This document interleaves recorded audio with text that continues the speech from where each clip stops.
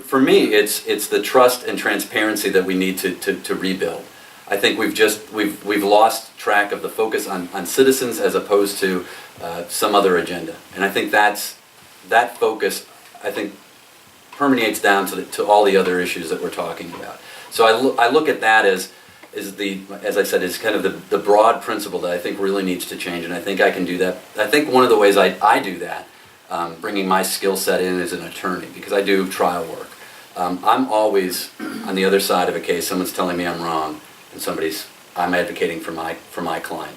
And my client's position is always in front of anything else. Their position, their purpose is always paramount to me.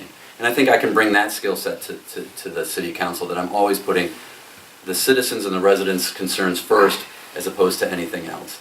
And it's also, part of that job is at the end of the day, when I'm done talking with that other attorney, I'm making sure that it's not a personal fight between he and I. We both know we looked at the same thing, the same set of facts, the same car accident, whatever it is, and we see it differently.